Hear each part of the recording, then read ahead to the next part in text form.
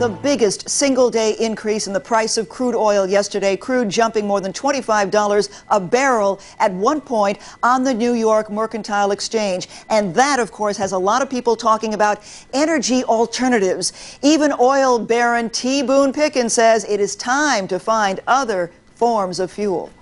So could natural gas be the answer? Brianna Keeler takes a look at that. Are leaving this country. He's trying to grab your attention, plastering ads on television networks, including CNN. I'm T. Boone Pickens. I've been an oil man my whole life, but this is one emergency we can't drill our way out of. Now Pickens has Congress listening too.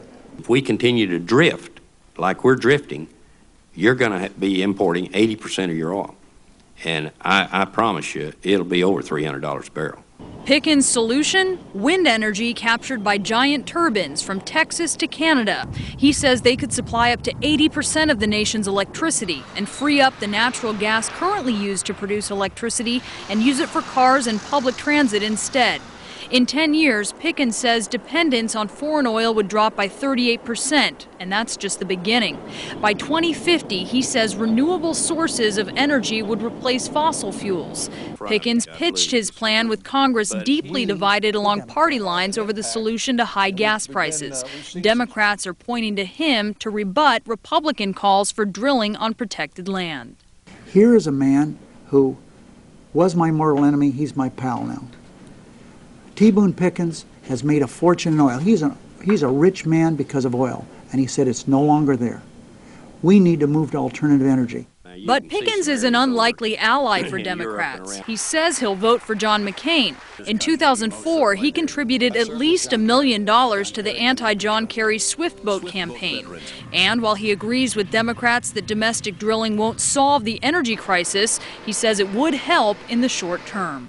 Offshore OCS drilling, ANWR drilling, yes, all of it. I want to get off of foreign oil. Critics of Pickens' plans say the U.S. would run the risk of trading a dependency on foreign oil for a dependency on foreign natural gas, since most of the world's natural gas is produced in the Middle East and Russia. But Pickens is betting his plan will work. His company is investing billions of dollars in wind power.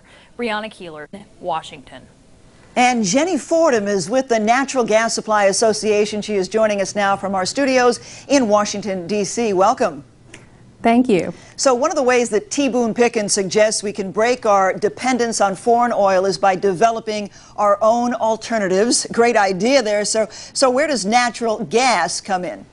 Well, natural gas, I don't think a lot of people realize, is 85% domestically produced here in the U.S. Natural gas can really help solve two problems. It can help reduce dependence on foreign oil, and also it's a cleaner burning fossil fuel. Right. I know that natural gas is fossil fuel, and fossil natural gas is found in oil fields, right? So it sounds like, and also what you're saying, it sounds like a sound fuel source. Absolutely. Natural gas is used today to generate 20% of electricity. It's used to heat 65 million businesses and homes in the U.S., and it's also used in the production of a lot of industrial products. But are we increasing natural gas production in this country? And if not, why? Natural gas production, the offshore areas of the U.S. have been off limits for drilling, as well as a lot of areas onshore. Natural gas production has been relatively flat for the last 10 years. We did see a recent increase in natural gas production, but today a lot of the areas available or that could be drilled in the U.S. are off limits. Well, will that change now, Jenny, in light of our dire situation? Do you think things are going to change? I hope so. I hope people are ready to make some tough decisions and realize that natural gas is an important fuel. It's important to our economy. It's important to homeowners as well as businesses in the U.S. And I know that other countries are fueling their vehicles with natural gas, including the U.S., but also Argentina and Brazil, Italy, also Pakistan. We need to be doing more of that, right?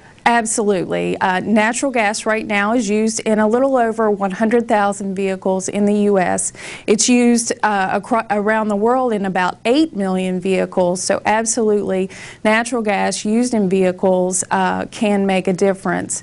There are some challenges associated with that. That was what I was going to ask you. There have got to be some challenges, otherwise it would be more widely used at this point. There are.